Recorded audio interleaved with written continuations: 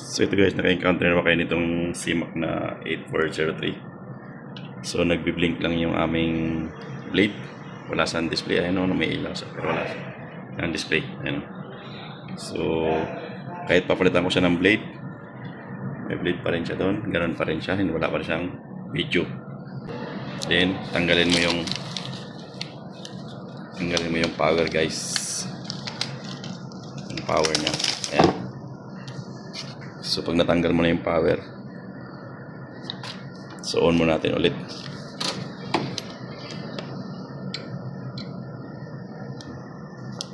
Yan.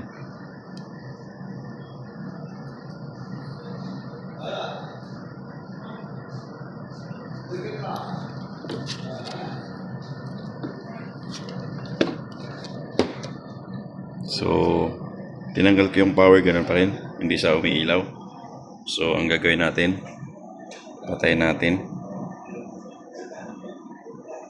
Ayan, ilipat natin tong connector natin sa likod guys. Meron tong connector sa likod, sa back side natin. So tanggalin mo natin to para yan, tanggalin natin yan, tapos ikabit natin to sa back side. Yan.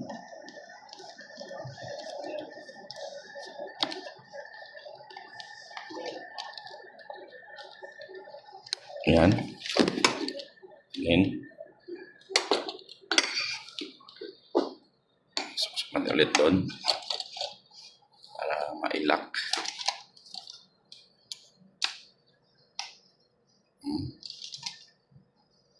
Yan.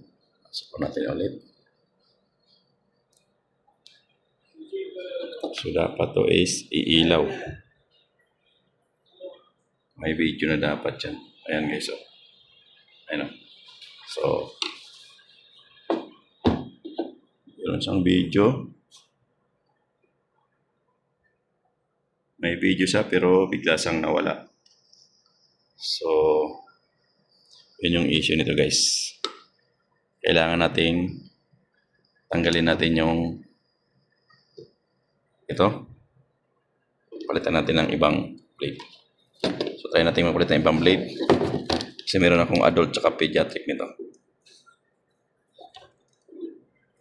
So ito yung ating isang blade. Pediatric. Yan. Saksak natin ito.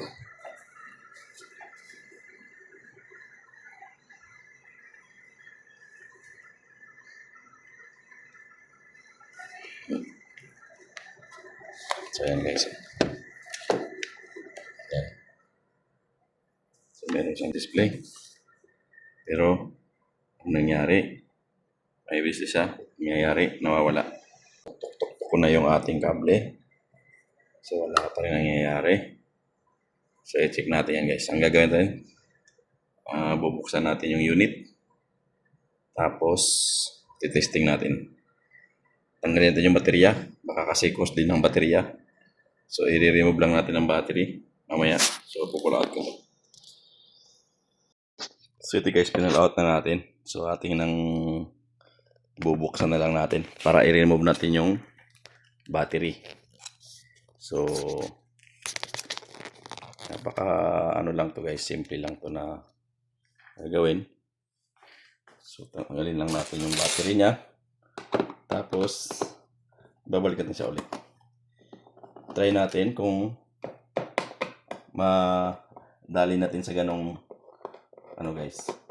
Kasi ang problema niya, minsan nagkakaroon, minsan wala. So na-verify ko naman yung kable guys. Kinabit ko dun sa ano, sa isang unit namin itong kable na to.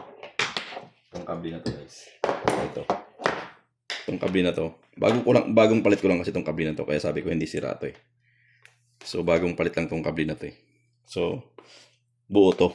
Buo itong kable na to. Tsaka tinesting ko na doon sa kabilang kabilang unit namin guys. Okay naman siya.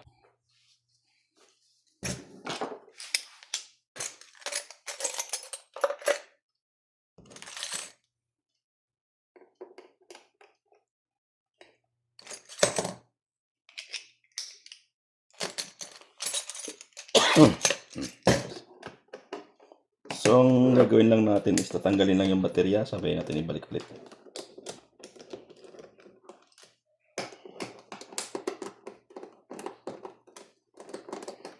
Tapos titingnan natin yung connector dito, kung okay ba siya.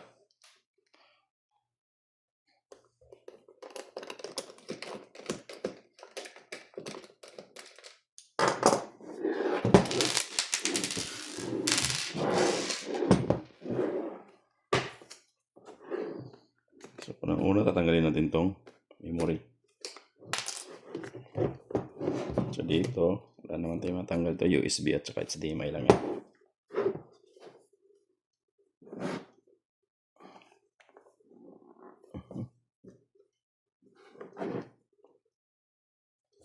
Isa.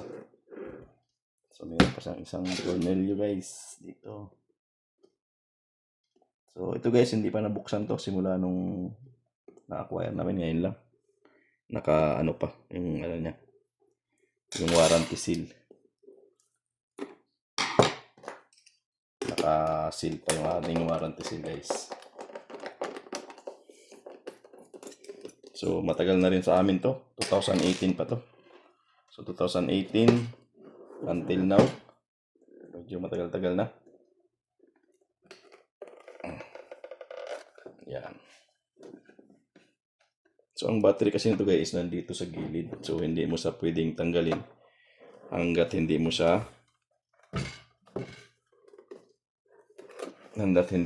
buksan. So, ito yung issue nito. So, kailangan mo talagang buksan yung unit. So, tanggalin yung baterya. Ito yung baterya guys.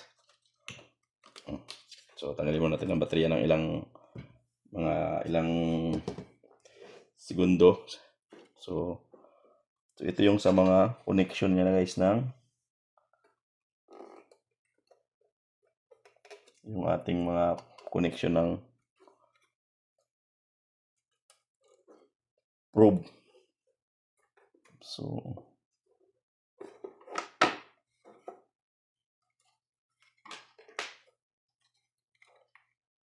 tatanggalin lang natin para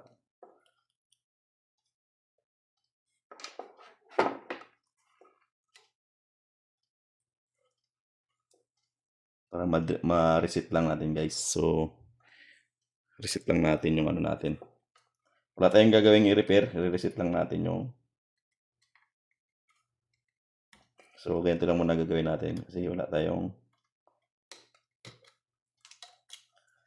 So paras lang naman tong dalawang tong connector na to. So ano lang natin. So tinanggal natin yung baterya. Ni-reset lang natin siya. Pero yung CMOS wag na natin tanggalin. Yung main ano lang, yung battery lang niya mismo. So try natin ibalik.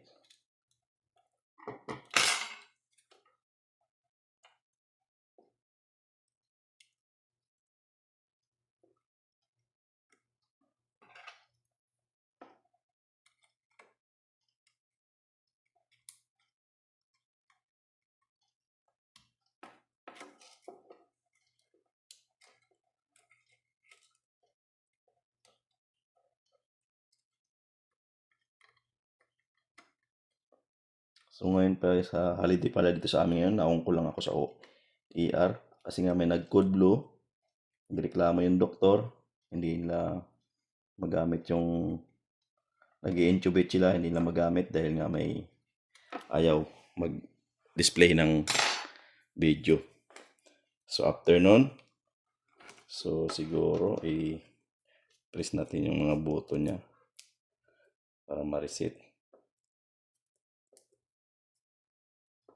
yung power. Yan. Tapos sabay ikabit na natin ulit ang power.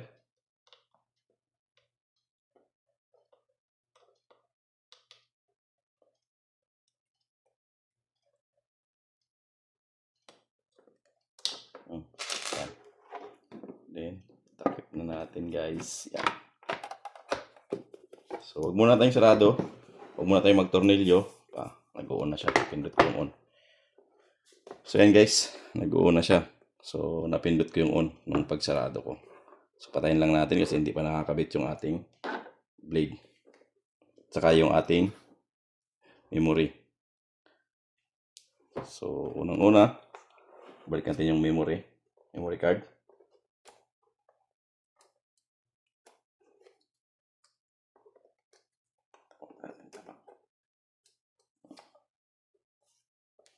So, yan. Tapos, ito yung blade na hindi gumagana, yung unang ginamit ng doktor. Ito yung aming Mac number 4, yung pang-adult. So, ito kasi yung ginamit na kanina. So, hindi siya napagana. So, tinignan naman natin nung nag-response tayo. Nagbi-blink lang siya. Minsan may kakaroon, minsan ayaw. Yan. So, nakakabit na. Yan. On na natin. Dapat yan, pag on, magkakaroon ng video. Ayan. Yan. May video na siya. So, ayan. Aba, may video na siya, guys. So, may video. Wakan ko itong ano to. Ayan o. So, titingnan mo kung mawawala pa. Gagalaw-galawin mo to kung mawawala ba. Ayan o. Hindi naman siya nawawala. Yung itong kable na to. Hindi naman nawawala. Ayan. Okay naman siya. Ha? Walang problema. So, ayan o. Oh. So, okay siya. Okay na siya, guys. So, wala tayong ibang ginawa kundi binuksan, tinanggal lang yung battery. So, kasi try na karon na rin kasi ako na ganitong issue, guys. Yung sa isang unit namin na ginagamit ng RT. So, ganun din. Kasi nga to, guys, ang nangyayari kasi nito, 24/7 na naka-power plug to sa battery, naka-charge ito. 24/7 yan, walang tanggalan. So, kasi nakasabit to doon sa pinaka-crash cart.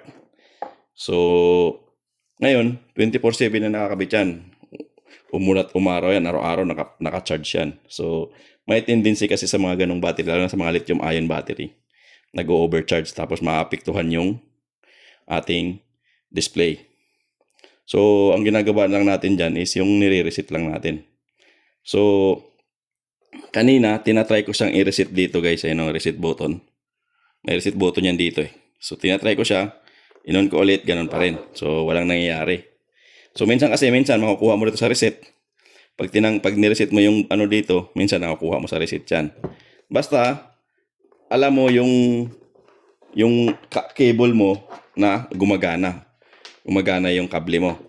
Kasi kung may problema ka sa cable, kahit anong reset mo, tanggal ng battery, pagbalik mo ganun pa rin, wala pa rin sa display. So, ibig sabihin may problema ng kable. Kasi ito yung nangyari nito. Bagong palit ko na ito ng kable, siguro may mga wala pang 1 year. Bagong palit na itong kable na to. So, kable pa lang, napakamahal nito. So, yun ang nangyari. Yung pinalitan ko ng kable, okay na siya. So, ngayon, may iba naman ang problema niya. Kasi, ang nangingin problema, yun namang nagbiblink lang yung ilaw dito, guys. So, dapat yan, hindi nagbiblink, steady yan para magkakaroon ka ng video doon. So, pag nagbiblink yan, walang video yan, maitim. So, ito yung aming C4 na Mac number 4 na blade. So, papalitan ko siya ng maliit. Ikabit ko itong isa. Ito, ayan guys. So, yan. Ipalit ko itong isa. Ito, walang video. So, ipalit ko ito ngayon. Para malaman natin kung okay talaga yung ating. Yan. Ayan. Automatic. Iilaw siya, guys. So, wala na siyang problema. Ayan. So, yan. So, napakalinaw nito, guys. Tsaka mahal tong video laryngoscope na to. So, pwede mo to siyang i-convert, guys. Kasi meron akong isa nito ginagamit sa RT. Ganito din, si Mac na 8403ZX. So, ang nangyari, yung sa kanila is nawala yung display. So, wala siyang display. So, ang ginawa ko kasi yung tinawag ko sa car stores, kailangan magpalit ka ng bagong display. So, napakamahal. So, ang ginawa ko, guys, meron kaming high resolution na monitor na 22 inches yata yun. So, yun yung ginamit kong display dito. Kasi pwede mo siya i-convert kasi may HDMI. Basta yung high resolution lang na monitor guys, gamitin mo. Ginagamit yun pang endoscopy o ginagamit pang laparoscopy na tower. Marami akong ganun na luma. Pero may HDMI na rin. So, every time kasi na magpalit kami ng tower, so kinatabi ko yung mga monitor para magamit ko pa sa ibang Kaya yung isa na gamit ko, kinonvert ko sa ngayon dito. So, hindi na gumagana yung monitor pero dito sa kinakamin monitor niya. Pero nakakabit sa trolley. May trolley siya, nakakabit din yung malaking monitor. So, mas gusto pa ng RT yun kasi malaki yung display. Nakikita. So, guys, hindi na siya nawawala, oh. Kita niyo ba yun? So, kahit anong galaw-galaw ko sa kable, hindi nawawala, guys, oh. So, meaning, yun lang yung pinaka-issue niya. Yung pinaka-problema niya is yung reset lang. So, yan lang ang gagawin nyo. Pag magkakaroon kayo ng problemang ganun, nagbiblink. Common is yung nagbiblink to. Tapos, pag nagbiblink, iilaw din tong light na to. Hindi siya nag-i-steady. Nagbiblink siya, black screen. So, yun. Ang unang gawin nyo, itry nyo i-reset dito. Pag ganun pa rin, tanggalin mo yung power charge. Pag ganun pa rin, ang gagawin mo, buksan mo na yung buo, tatanggalin mo na yung battery ng palagay mo na 5 minuto mong tanggalin yung baterya. Tapos ibalik mo siya ulit. Yun. So, yun, gagana na siya. Ayun. Oh. Diba? So, tanggalin ko ulit. Kabit ko ulit yung aming pang-adult. Kasi ito talaga laging ginagamit guys sa ER. Adult talaga pag intubation. Yan. Yan, oh. Somatic. May ilaw na siya, oh. May display. Yan. So, hindi naman siya nawawala. So, yan lang guys. Ganun lang. Ganun lang ka-simple ang kasi pag tinawag mo sa company, napakamahal sila maningil eh. Tapos ganun lang pala ang gagawin mo. I-reset mo lang siya. So, yan lang guys.